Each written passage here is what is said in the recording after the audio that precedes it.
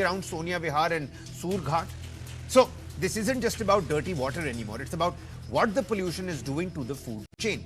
What's even more worrying is where these particles were found. Scientists found microplastics not only in the digestive tract and the gills, but also inside the muscle tissue of the fish. And why is that important, you may ask? Because that's the exact part that you eat if you consume fish or are a pescatarian.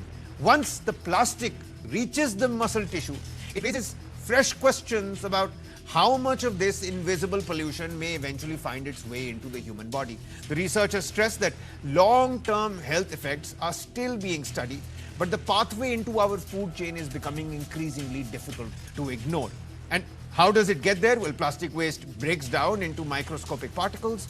Those particles enter sewage and storm drains. They flow into rivers. Fish mistake them for food or absorb them whilst breathing. And the particles build up inside their bodies, and eventually they reach us through the food that we consume. And this isn't just a Yamuna story. Let's not, kid ourselves over here. The United Nations says the world produces more than 430 million tons of plastic every year.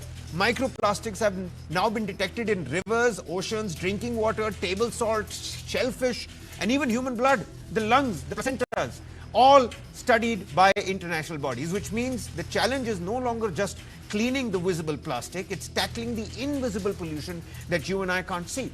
So tonight we're trying to understand and decode. Should people be worried about eating freshwater fish? What does this mean for our kitchens, our health, and our rivers? And most importantly, can we stop plastic before it enters the food chain in the first place? Joining me now, our renowned chef, a lifestyle expert, and an environmentalist with us on the broadcast, Chef Vikas Chawla, ambassador of Millets, NutriHub, hospitality consultant with us on the broadcast. Many thanks, Chef, for taking out the time. And Mr. Anil Sood, environmentalist, with us on the broadcast as well. Mr. Sood, I'm going to come to you in just a bit. Let me go across to Chef, because this is about what kind of plastics are ending up on our plates. Chef Vikas, how dangerous is this problem when you're, skinning a fish, when you're trying to cook it? Is this something that you come across yourself? How dangerous is this problem? Should we now be worried about consuming freshwater fish? Good evening. First of all, thank you so much for inviting me to this panel for the discussion. And this is really a serious problem, because when a river is polluted, it doesn't mean the pollution stays there. Yep. It has now entered the food chain. So it's a serious problem. And out of the 1678 particles, microplastic, what you just shared, yeah, I think 20%, around 300 plus, are in the tissues, not only in the intestinal or in the gills, but in the tissues. So it means we'll have to consume that. And if we say that the scientists have not studied whether it has a bad impact or not on our body, but it is, because from last 2 or 3 decades, we are already promoting that water in the plastic bottles and other things also we are promoting. So it means it's already studied, and we should. And the reason is that the kind of fish they found, one is the rohu and the second one is the tilapia. So these both fish are mostly consumed by the domestic people, because they are sold and on the roadsides, in the carts. They're much more affordable. It's the household fish. Yeah, it's a household fish. So restaurants, people are not worried, because they already they are following the frozen food chain. So they are using basa, salmon, and these kind of frozen fish they are using. So they are not worried about this. But people, please, they are following the protein diet, and for omega-3 they are having fish. Please watch carefully, because all the 100% samples are... So what all will they have to watch now, Chef? Because what I'm trying to understand is, you're a professional chef yourself. Can cooking, cleaning, the ways how we prepare the fish remove any of these microplastics? Or they're already in the muscle tissue, and then, we're essentially doomed? No science can take this microplastic back from the tissue, I think. There is no cooking technique. Okay. So we have to take care about the pollution only. When we throw anything to the fish, we have already disturbed all the ecosystem. When someone even throws a bag, polythene bag with the flowers and all, then bad bacteria develops on the rotten flowers also. No? So that also already takes the oxygen part from the water, which is very useful for all the zooplanktons and all the microorganisms. to make the aquatic life in the good condition. So Okay. this is not possible to take this back. I mean, it's a sad situation. It's a grim picture. Mr. Sood, I mean, first and foremost, are you a non-vegetarian? Are you a pescatarian? Do you like to eat fish? May I ask you that right at the beginning? Good evening. Thank you very much for having me on this discussion. I am scared. I am scared of fish now. Yeah. I can't think of having fish, leave alone Kabir fish. For last almost 20 years, when I studied Delhi's drainage system in 2004-5, that time municipal commissioner had admitted that Delhi's drainage system has collapsed and MCD has connected sewer lines with the stormwater drains. Resultantly, entire untreated sewage was flowing to Yamuna. So what does this sewage carry? All kind of pollutants, including microplastics. And about 2 years ago also, there was a study by DPCC that all the ATPs are not meeting the parameters. And even if what they were doing, they were checking the water sample at the ATP or STP. But again, when it was let off in Yamuna, it was being carried through same stormwater drains which were carrying sewage and which are still carrying sewage. So ultimately, what we are discharging in Yamuna is sewer only. So for last 20 years, the Yamuna was polluted and continues to remain polluted and will remain polluted. As a consequence, any river. And this is not a Yamuna problem here, Mr. Sood. This is, I think, all over India. Yeah. It's pan-India problem, and we are so careless. Bureaucracy is so comatose. I am really sorry to say. Now, a river recharges groundwater table in a radius of 40 kilometers. Can you imagine the quality of vegetables we are consuming? Not only in Delhi, all around, wherever rivers are there. Even if tomorrow somebody starts analyzing vegetables, already it has been done in Delhi. Yeah. I think we'll have to stop eating at all. Yeah, carcinogenic metal properties in your broccolis, in your cauliflowers, you know. Yes. And the water that is being used to wash these vegetables. I mean, you're absolutely right. Should we just stop eating? What should we do?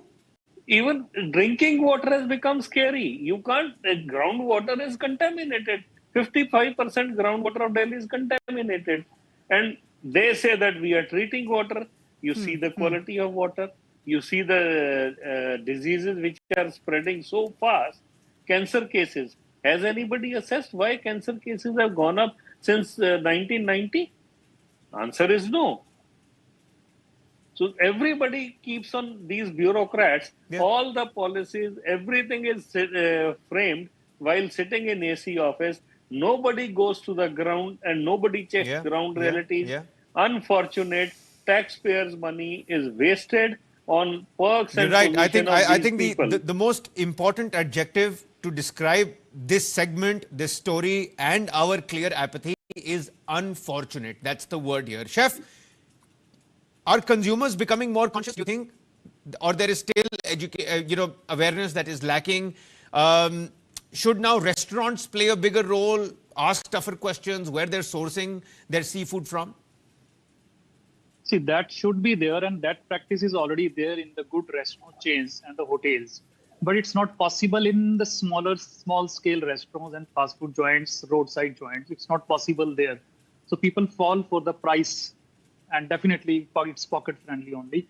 The serious situation is there already. So we should take care of our, not only water, I think soil and air. I'm working very hard on the millets part also, that how we can save our water, soil and air when we grow millets. So similarly, the water is there already. You're discussing the water part. That is one-third part of our crops also. So we should, I think, immediately disconnect that our religion connect from the water. Like we use water and rivers as a religion part also. We throw so many things, we dedicate so many things to the water. And see, we are living in a country where we worship worship water as a devata. Yeah. And we should look be at how we clean, I think, worship it. Look at how we worship we should it. be, yes, we should be cleanest in the whole world. I think it should be more cleanest. So I think it's a serious situation, and we should. I think my request is to the authorities, like other crimes we do, like a murder, like a rape, we should strictly full-on CCTV footage should be there on the river sides, and even throw something that is more than a murder.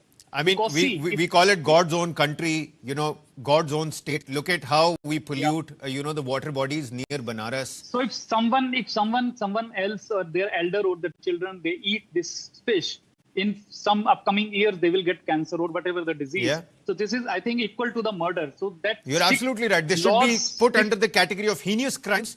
There should be absolute accountability on this front. I think, you see, the removal of plastic is something that has to be done on a war footing across the country. Absolutely. Absolutely. I'm going to wrap up this segment. My final, comment from Mr. Sood. Mr. Sood, final 30 seconds. Do you think that we've completely failed the Yamuna river system, but is there still any hope that's left? Can we do anything at all beyond the politics near Chhat Puja when we're starting spraying chemicals? That chemical is also affecting the marine life over there. Foam hata do, foam hata do. That's all that we do essentially with the Yamuna. There's not much that we do to safeguard it. And just like the chef told us, you know, we don't, this is how we're worshipping our water bodies. See, we need another CJP kind of protest or movement because our bureaucracy is comatose. Our political leadership is comatose, not now, for last donkey's years now. They had been doing so, they will continue to do so. We need a, real movement, people movement rather, to contain this. Plastic, if plastic is to be contained, first of all, government has to stop manufacturing plastic because we are irresponsible nation. We do not know how to dispose of plastic responsibly, and government doesn't want to kill the cash cow because plastic is a cash cow for the central government. Absolutely, it's affordable. I agree with you. So when earlier we used to carry bag, why can't we carry bag today? Stop plastic. People will resort carrying their own bags. So. But the damage has been done, and the extent of the damage is so huge, it's so large, it's so deep that it's going to take, I think about decades, before Centuries. we actually come back to normalizing this. But we must start somewhere, at least for the future generations, at least for the future of these water bodies that we call God ourselves. Many thanks, gentlemen, for speaking to us here, because you see, plastic pollution is no longer just an environmental story where we bring on environmentalists and talk to them. Many thanks to you, Chef, also for taking out the time and speaking to us here on News9, really helping us understand that this is all going inside our own bodies. And before that, let's feel a little bit more for the marine life. I mean, not just because we're consuming it, because it's a very important part of balancing the ecology, balancing the vegetables that we eat. The marine life gives back to the river as well. It gives birth, to the marine ecosystem. That's very important for the rivers as well. All of this comes back to us, whether it be industrial waste, whether it be, tire waste, whether it be our urban plastic pollution. It's a horrible situation. It's a grim situation. And I think the operative adjective, let's stick to that. It's an unfortunate situation, but we do need to pull our socks up. We do need to do enough for the fish out there, for the human, life out there as well. Many thanks, Mr. Chef Vikas, for taking out the time. Mr. Sood, always a pleasure to speak to you here on News. Thank you. All right, then, we're going to slip into a quick commercial breather. Here, our exclusive conversation with India's golden girl, Jasmine Lamboria, 57-kilogram category, won the gold. She was in the hospital 40 days before the Commonwealth Games. This is Jasmine Lamboria, up close and personal, right on the other side. Don't go anywhere.